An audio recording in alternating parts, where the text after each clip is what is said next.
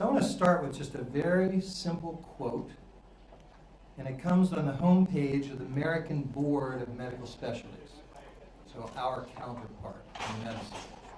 The American Board for Medical Specialties, recognized as the gold standard in physician certification, believes higher standards for physicians means better care for patients. We will be crafting our version of that statement for the homepage of the National Board for Professional Teaching Standards.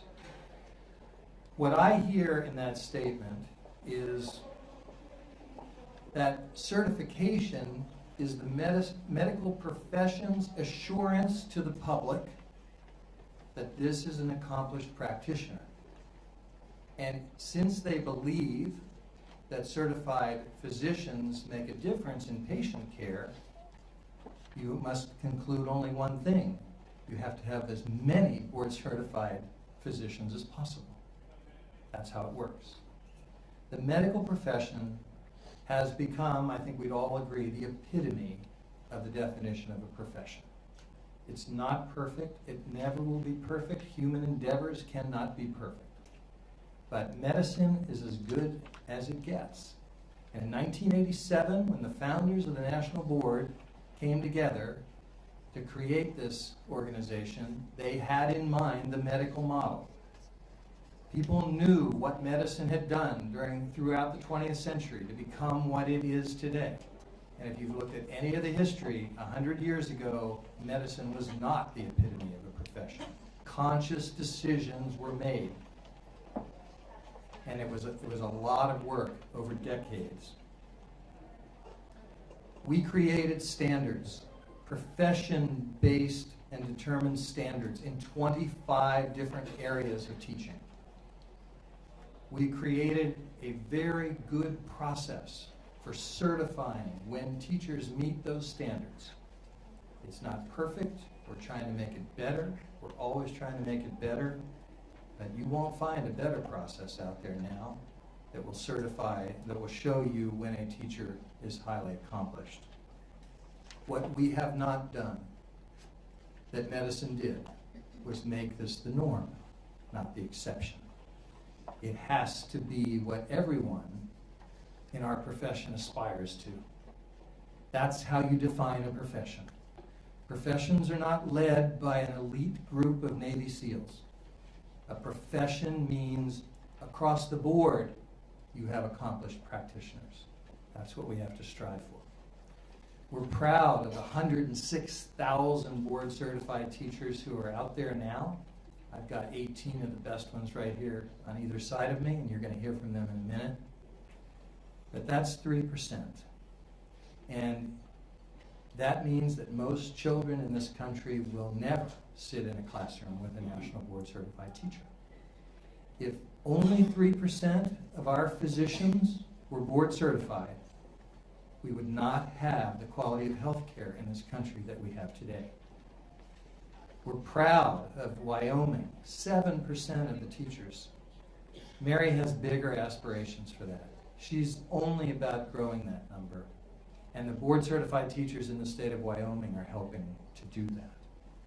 What we want to talk with the members of the House and the Senate who have lived this experience themselves as physicians, we think that they are in a great position to understand what we're trying to do to help teaching get to the same place. No one talks about this work better than board-certified teachers, and I'd like to turn to some of them now.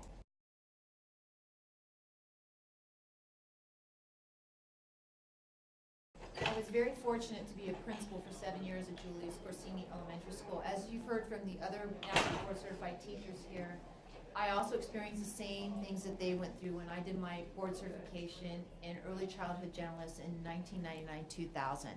It was probably one of the best experiences professionally that I ever have gone through. And I walked onto a campus as a brand new principal in a very poor school, 98% free and reduced lunch, so the poverty level is the highest you could have at a school site. 80% English language learners, and it was a school that everybody was embarrassed to send their kids at, and teachers were embarrassed to be saying they even taught there. So it's not the school you want to be at.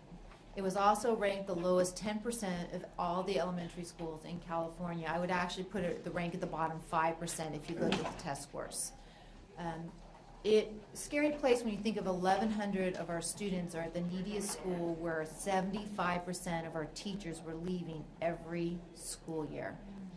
So that being said, walking in, brand new principal, bright-eyed and ready to take on the world, wasn't sure quite what to do and knew something needed to be done. And I could walk in from classroom to classroom, teachers were teaching their heart out. And then finally one day, I remember Barry Wisman, a second grade teacher, Julius Corsini, looked at me and said, I'm tired of failing the students here at the school. We need to do something. And together as a staff, we made the determination that we were all going to work towards national board certification. At that point, at Palm Springs Unified, I was the only national board certified teacher in the whole school district of about 1,200 teachers. Julius Corsini had 42 teachers, a reading coach, and an assistant principal. For 3 years, our professional development was national board certification. 100% of the staff that first year either completed one entry in national board certification or completed the 100% of board certification. Instantaneously, within that school year, the school saw success. Our student achievement went up to the point where we made all our targets under No Child Left Behind, which meant that we froze in program improvement. And at that point, we were program improvement, what we call year 5+, which means we were underperforming for more than 5 years. The school made its targets. Everybody completed the certification that year. We only had 5 of the 25 teachers that did full board certification pass. However, the staff continued on over the next 3 years with the second year, again, making their targets for annual yearly progress under No Child Left Behind, exiting out of program improvement. It was one of 5 elementary schools in California that year that exited out of program improvement, which says a lot when you think we had 85% of our students were English language learners and 100% free and reduced lunch. It's an amazing feat these teachers made. It got even better. We had 0 teacher turnover. It meant none of our teachers left after that year, and for 5 years preceding, not a single staff member left. And in fact, the only staff member that's left to this point has been due to declining enrollment or retirement. And another big thing we saw was attendance. Before starting national board certification as a professional development for our staff, average attendance was 86% a day. To put that in perspective, most elementary schools in California, the average attendance is 96 to 98%, which means out of 100 students, 96 are there. So having our students at 86% not showing up at the beginning means they're not getting a good education. By the end of that first year, we were at 96%, so we saw a 10% increase in attendance. The other big impact was at parent conferences. First year there, the first parent conference, 100 of our parents showed up. At the second parent conference at the end of the year, we had 800 parents show up. So we were seeing the school changing not only at the school site, but in the community. No longer was it the school that was an embarrassment, but a school parents wanted their kids to be at. The school was academically performing. It was the center of the community. It is also now currently at the top 10% of similar schools in California in academic achievement. So we saw significant growth at the school site as our teachers moved forward and became better at the profession through the national board certification process.